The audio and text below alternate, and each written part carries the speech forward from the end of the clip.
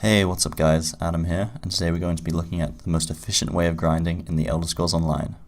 In this guide, I'll show you the best build for grinding, its abilities, passives, gear, and consumables.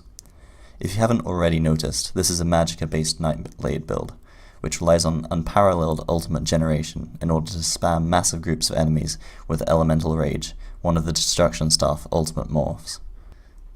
First we'll take a look at the skills. The most important thing about this build is of course the ultimate generation.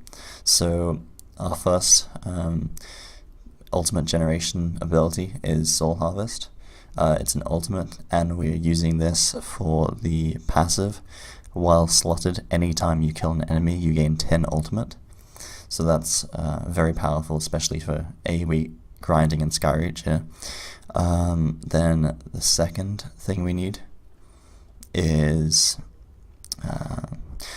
transfer passive in the siphoning skill line.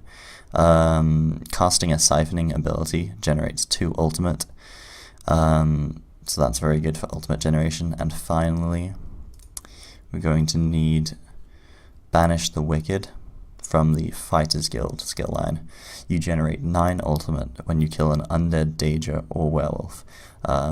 Most of the mobs in Skyreach fit into all the undead or danger, so this is very useful for ult generation here. And then in terms of the rest of the skills, you want to double bar Inner Light, mainly for the passive, gives you more Magicka and spell critical. Then on our first bar, the second is basically a flex skill, so you can switch in anything here, especially if you want to level another skill line. You can just stick a random ability from whichever skill line you want to level there, and just level that. Use Whirlwind if you're using dual wield for your first bar. You can use dual wield and Destro, or just Destro. And then the third ability on the first bar, you can either use siphoning attacks on this bar or the second bar, or you can use another ability from another skill line if you want to level that skill line or that ability. But for this build I'll be using siphoning attacks. And basically what siphoning attacks does is it sustains your Magicka and your stamina. You have a 100% chance to regen these 2 stats whenever you basic attack, and an additional 10% chance to restore those 2 stats when you use a damaging ability. Then the fourth ability on the first bar, you need Dampen Magic. This is from the Light Armor skill tree.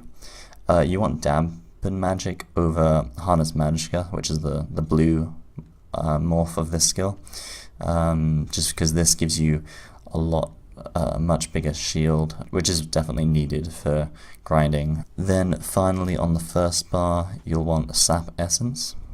This is a siphoning ability which you'll be spamming, and while you're spamming it you'll be making use of the transfer passive, which regens ultimate as well. Then the ultimate for bar 1, you'll want Soul Harvest. You'll never be actually using this ultimate, you just want it there for the passive 10 ultimate per kill. So basically whenever you kill something you want to have this bar 1 up. And then bar 2, again Inner Light for the first skill. The second skill, you want Refreshing Path. This will give you, in between pulls, it'll give you mobility, as well as some heals in pulls if you need that. And then third, you definitely need siphoning attacks. Fourth, you could put something else here, but it would be wise to keep Dampen Magic on both bars. Otherwise you might find yourself dying quite a bit. Then finally on bar 2 you'll want Merciless Resolve. This basically gives you a buff for all your damage for 20 seconds. It can also be used for single target DPS, especially on the bosses that you find on the treasure chest. What this does is, if you have this active and you use 4 light attacks or heavies, you are able to reactivate this, and it shoots this spectral bow and does massive single target damage. Then finally, of course, you want Fiery Rage or Elemental Rage, depending on which Destro staff you're using.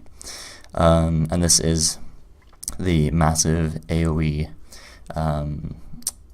damage ability that you'll be relying on to kill all those pulls.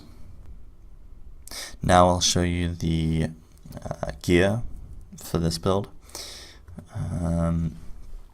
So you can do a couple things with in terms of monster helms.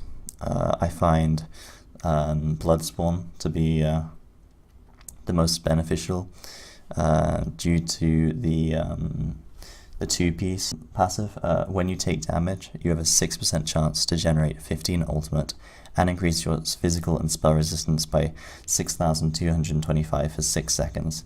This effect can occur once every 6 seconds.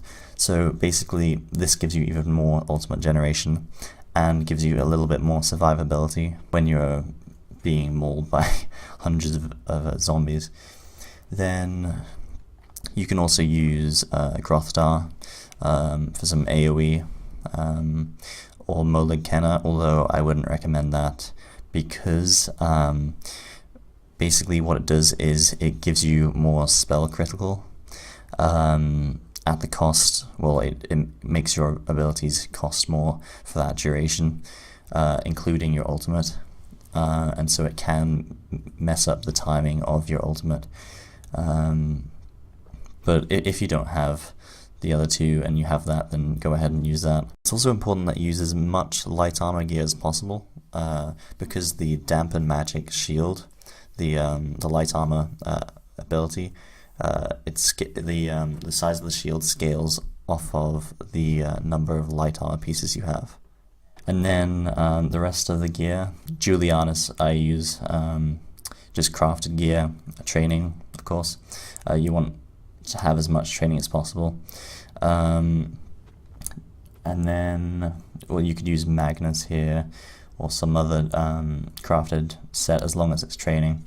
And then for jewelry, willpower is pretty good. You can buy that easily.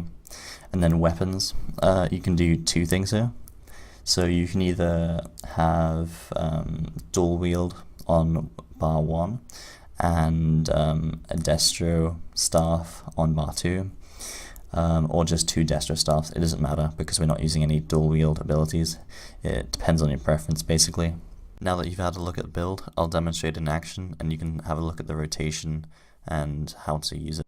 So if you didn't know, this is Skyreach. It's the best place for grinding in the game. It's instanced, so no one can interrupt your pulls and ruin your farm. And it's probably best to do this with 2 people, although you can do it with just 1 person, although that's more difficult. But this build does enable you to do that. So basically you can run left or right through the whole dungeon in a circle.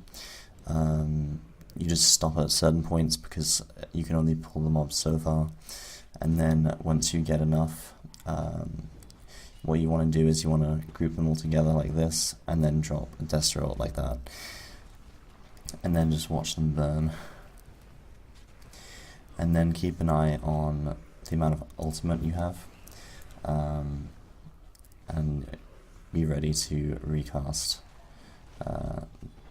Elemental Rage, sorry. And then cast it again. Just and keep the shields up because it can be difficult to stay alive. And when you get low like that, just cast refreshing path for the extra heals. There's another Destro ult. I'll fast forward through this next chest phase just to keep the video short, and yeah, basically this is the chest in the middle. It's wave after wave of enemies, and then you'll have another pull like the first one, which is a mirror image over the other side of the dungeon that we just went through.